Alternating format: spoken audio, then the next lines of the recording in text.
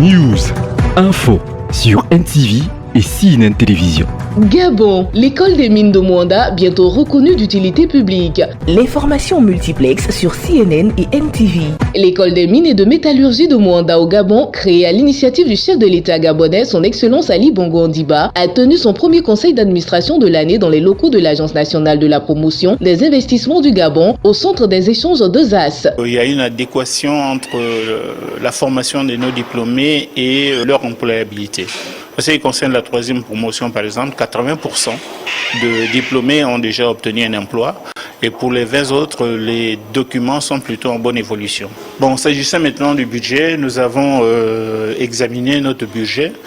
Nous avons mis un petit point d'interrogation parce que l'école a sollicité auprès de l'État le bénéfice du statut d'utilité publique.